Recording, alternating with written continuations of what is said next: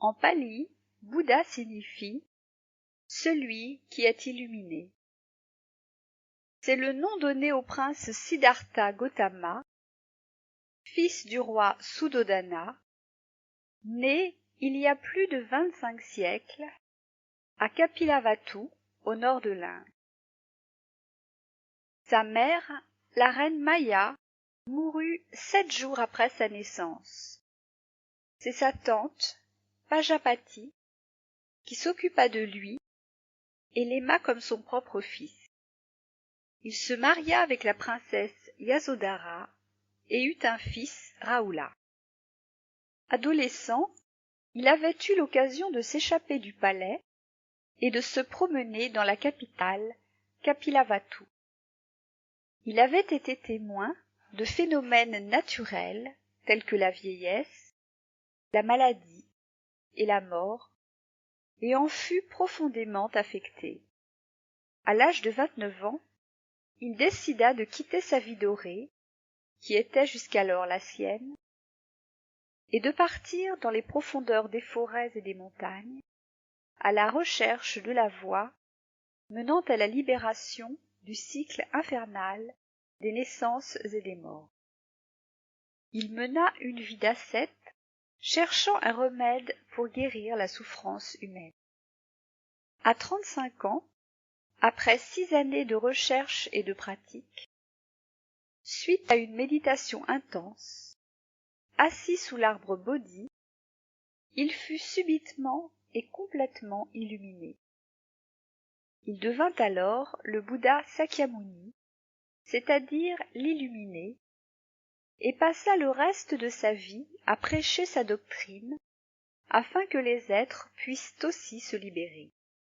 Il mourut à l'âge de 80 ans à Kushinagar.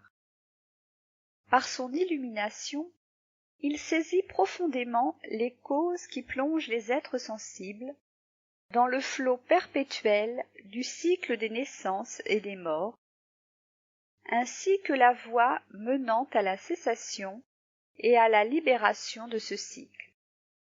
Il acquit la connaissance universelle. Selon le Bouddha, la souffrance débute par l'ignorance. Il suffit donc d'éradiquer l'ignorance pour arrêter la souffrance. L'existence n'est qu'une oscillante succession d'états mentaux, limitée par la naissance et la mort. La mort n'étant que le prélude à une nouvelle existence, condamnée à son tour au déclin, à la maladie et à la mort, une loi à laquelle nul ne peut échapper.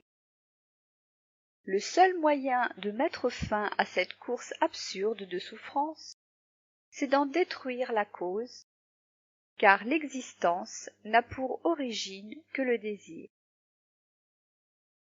C'est le désir qu'il faut d'abord abolir, ainsi l'être, affranchi du désir, pourra briser le cycle des naissances et accéder par degrés au nibbana libératoire.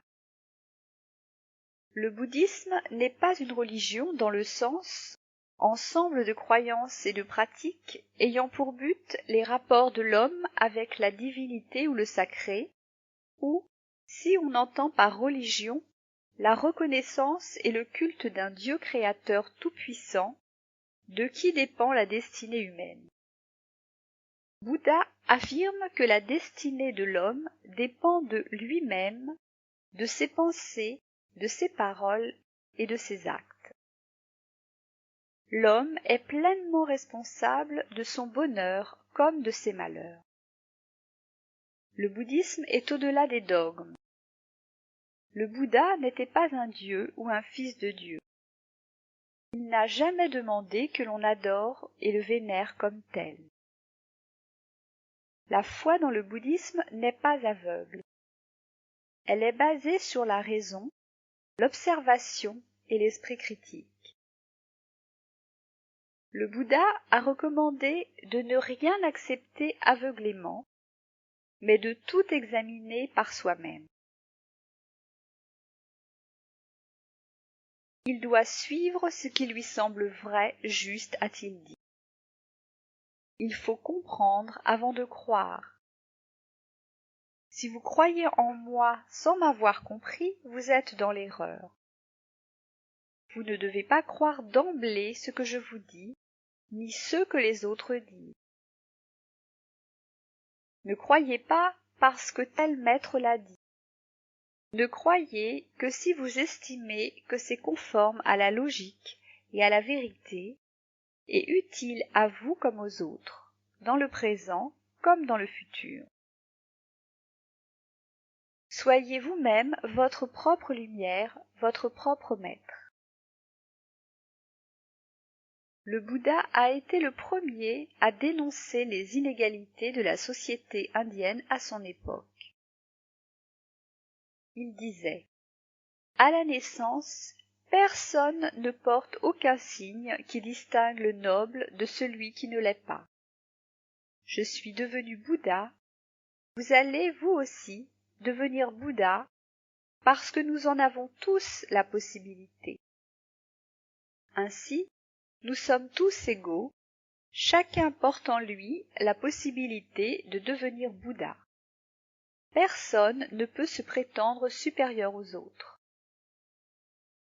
C'est parce que l'on établit une distinction entre soi et les autres que naissent les conflits, les luttes et les meurtres. Le bouddhisme préconise l'entraide, le partage et le don. Le bouddhisme est la voie du milieu, consistant à éviter deux extrêmes, la recherche incessante du plaisir des sens et l'ascétisme. La pratique conduit à la purification de soi par soi-même. Elle libère des tracas, des doutes, des peurs, des obsessions, de la colère, de la haine, de l'aversion, de l'avidité, de l'emprise des sens, du désir, et surtout de la vue fausse de soi, l'ignorance. Elle permet de vivre dans l'instant présent et conduit à la réalisation de la nature ultime et fondamentale de l'individu, qui mène à la paix intérieure, au bonheur suprême, Nibbana.